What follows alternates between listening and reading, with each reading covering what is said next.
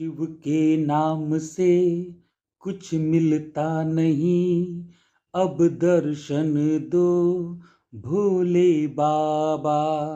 शिव के नाम से कुछ मिलता नहीं, अब दर्शन दो भोले बाबा।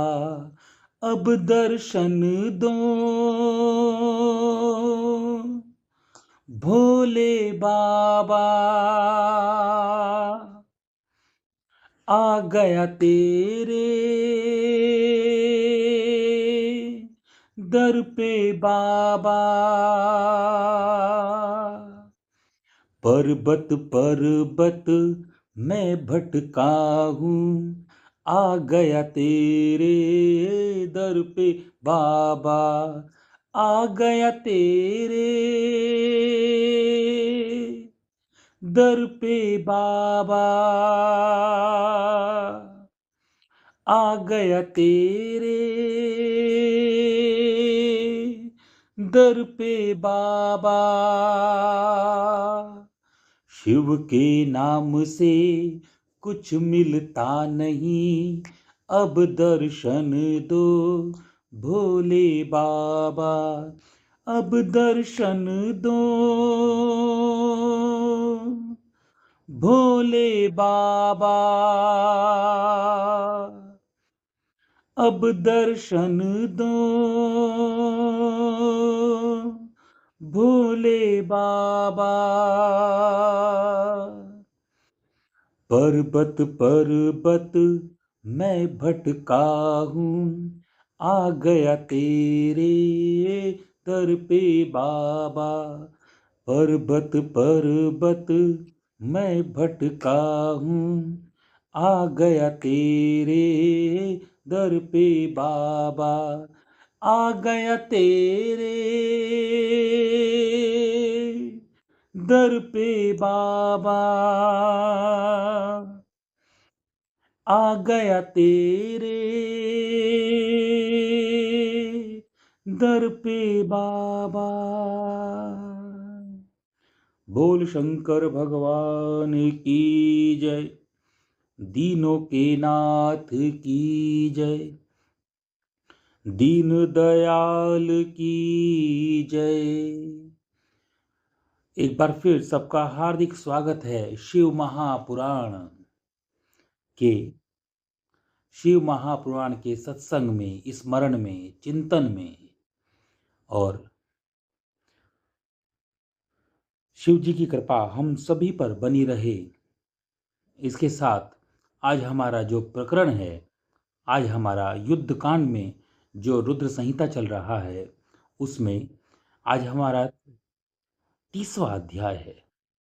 और 30वें अध्याय में शंखचूड़ का असुर राज्य पर अभिषेक और उसके द्वारा देवों का अधिकार छीना जाना, देवों की ब्रह्मा की शरण में आना, ब्रह्मा का उन्हें साथ लेकर विष्णु के पास जाना, विष्णु द्वारा शंखचूड़ के जन्म का रहस्य उद्घाटन, और फिर सबका शिव के पास जाना और शिव सभा में उनकी झांकी करना तथा अपना अभिप्राय प्रकट करना।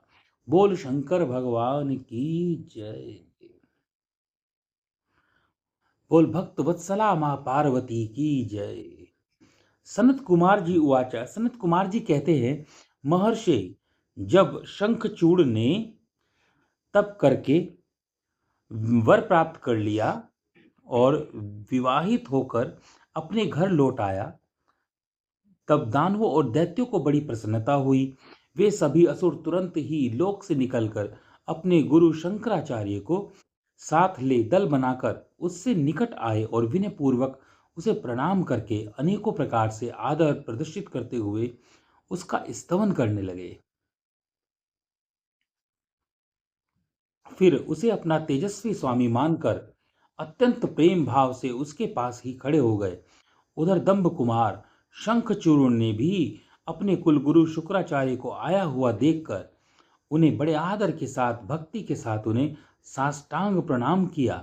तदंतर गुरु शुक्राचार्य ने समस्त असुरों के साथ सलाह करके उनकी सम्मति से शंखचूड़ को दानवों तथा असुरों का अधिपति बना दिया।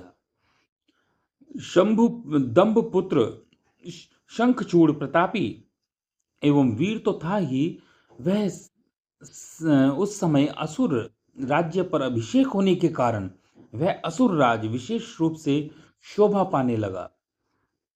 तब उसने सहसा देवताओं पर आक्रमण करके वेगपूर्वक उनका संहार करना आरंभ किया। संपूर्ण देवता मिलकर भी उसके उत्कृष्ट व तेज को सहन न कर सके।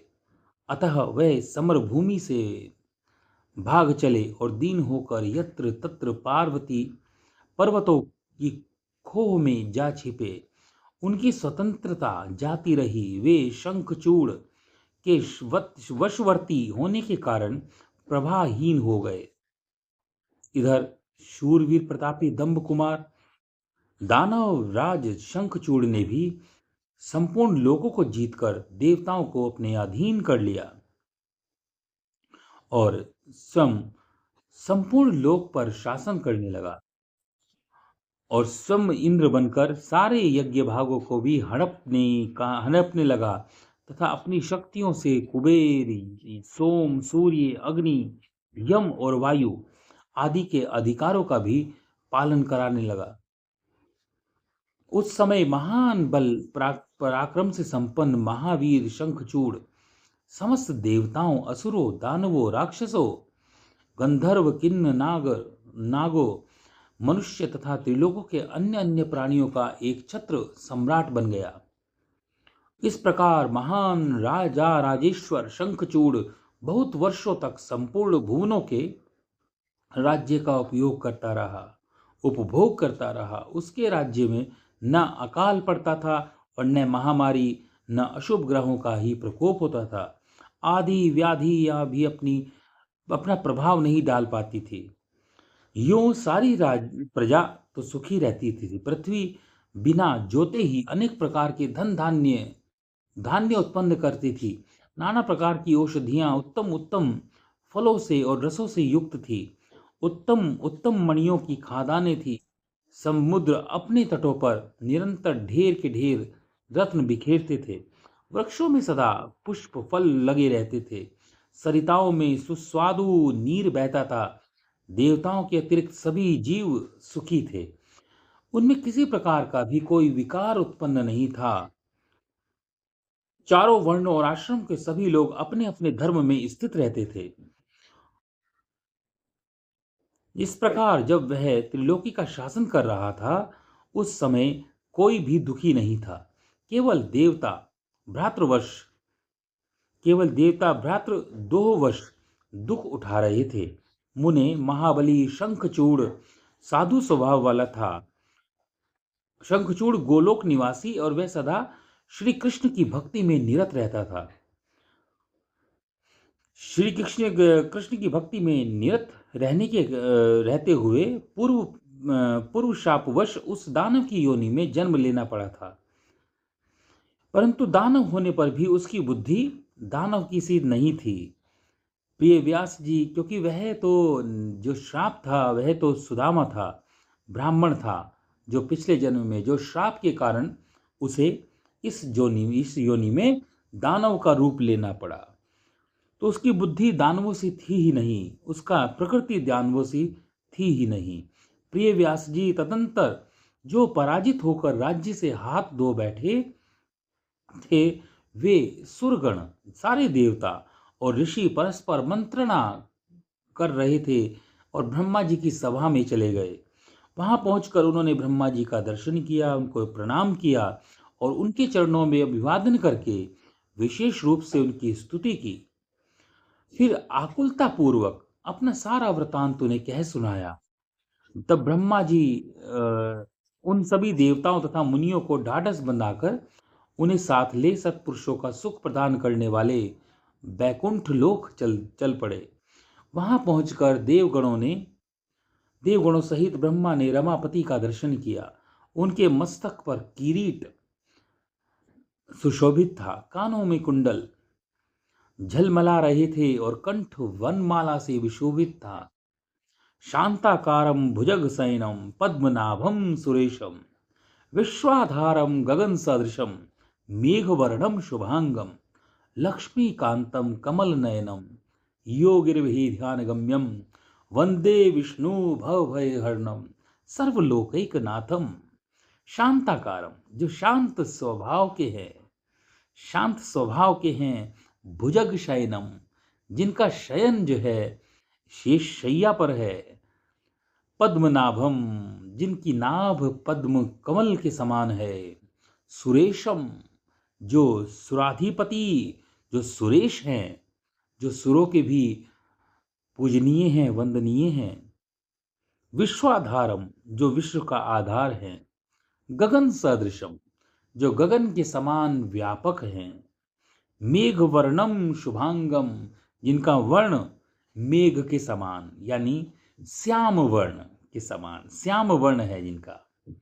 शुभांगम, जिनके सभी अंग शुभ हैं, शुभ हैं, मनोहर हैं। लक्ष्मीकांतम, जो लक्ष्मी के अधिपति हैं, लक्ष्मी के पति हैं। कमल नयनम, जिनके नयन कमल की पंखुड़ियों के समान हैं। योगिर्भिः ध्यानगम्यम, जिनका योगी जन प्रति पल प्रति क्षण ध्यान करते हैं, जिनकी आराधना करते हैं। वंदे विष्णु भव भय हरम, ऐसे भगवान विष्णु की हम वंदना करते हैं जो भय को हरने वाले हैं। सर्वलोकैकनाथम, और सभी जो पूरी जो सृष्टि है उसका केवल एक ही नाथ है, जो कि महाविष्णु हैं, जो शेष शैया पर है, लक्ष्मी के पति हैं, और जिनके कानों में कुंडल विशोभित हो रहे हैं। चंद्रदेव चतुर्भुज, अपनी जो चारों भुजाएं जो उनकी हैं, शंखम चक्रम गदाम पद्म धारण किए हुए हैं, और जो विग्रह पर पीतांबर शोभा दे रहे हैं। जो वस्त्र हैं उनके, वो पीतांबर वस्त्र हैं। ऐसे भगवान विष्णु के चरणों में हम नमस्कार कर रहे हैं। जो देवी, जो सभी देवता आए वो सब नमस्कार कर रहे हैं। सनंदन आदि सिद्ध जो उनकी सेवा में हमेशा तत्पर रहते हैं। ऐसे सर्वव्यापी विष्णु की झांकी करके ब्रह्मा आदि देवता तथा मुनीश्वरों ने उन्हें प्रणाम किया, उनकी वंदना की, स्तुति की। देवता बोले, सामर्थ्यशाली वैकुंठाधिपति, हे आप देवों के भी देव हैं और लोकों के स्वामी हैं। आप त्रिलोकी के गुरु हैं। श्री हरे, हम सब आपके शरणापन्न हैं, आप हमारी रक्षा कीजिए। अपनी महिमा से कभी च्युत न होने वाले, जिनको अच्युत के नाम से भी विष्णु को कहा गया है, अच्युत न, जो कभी च्युत न होने वाले ऐश्वर्यशाली त्रिलोकेश हैं। आप ही लोकों के पालक हैं और आप अपने भक्तों के प्राण स्वरूप हैं। आपको हमारा नमस्कार है, नमस्कार है, कोटि कोटि नमस्कार है। इस प्रकार स्तुति करके सब देवता श्री हरि के आगे रो पड़े। सभी उनकी बातें सुनकर भगवान विष्णु ने ब्रह्मा से कहा। विष्णु वाचः, विष्णु बोले, ब्रह्मान, यह बैकुंठ योगियों के लिए भी दुर्लभ है। तुम यहाँ किस लिए आए हो? तुम कौन सा कष्ट आन पड़ा है? यह यथार्थ रूप से मेरे सामने वर्णन करो। सनत कुमार जी कहते हैं, मुने श्री हरि का वचन सुनकर ब्रह्मा जी विनम्र भाव से सिर झुकाकर उन्हें बारंबार प्रणाम किया और अंजलि बांधकर परमात्मा विष्णु के समक्ष स्थित हो देवताओं के कष्ट से भरी शंखचूड़ की सारी करतूतें कह सुनाई। तब समस्त प्राणियों के भावों के ज्ञाता भगवान श्री हरि की उनकी बात सुनकर हंस पड़े और ब्रह्मा जी से उस रहस्य का उद्घाटन करते हुए बोले। सनत कुमार जी आगे कहते हैं, श्री भगवान कहते हैं, कमल योनि, मैं शंखचूड़ का सारा वृतांत जानता हूँ। पूर्व जन्म में वह महान तेजस्वी गोप था जो मेरा भक्त था। मैं उसके वृतांत से संबंध रखने वाले इस पुरातन इतिहास का वर्णन करता हूँ, सुनो। इसमें किसी प्रकार का संदेह नहीं होना चाहिए। भगवान शंकर सब कल्याण करेंगे। गोलोक में मेरे ही रूप श्री कृष्ण रहते हैं। उनके स्त्री श्री राधा नाम से विख्यात है। जगत जननी और प्रकृति की परमोत्कृष्ट पांचवी मूर्ति है।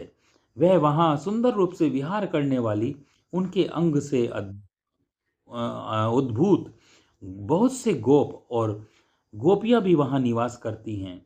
वे नित्य राधा कृष्ण का अनुवर्तन करते हुए उत्तम उत्तम क्रीड़ा में तत्पर रहते हैं। वहीं गोप इस समय शंभु की इस लीला से मोहित होकर शापवश अपने को दुख देने वाली दानवी योनि को प्राप्त हो गया है।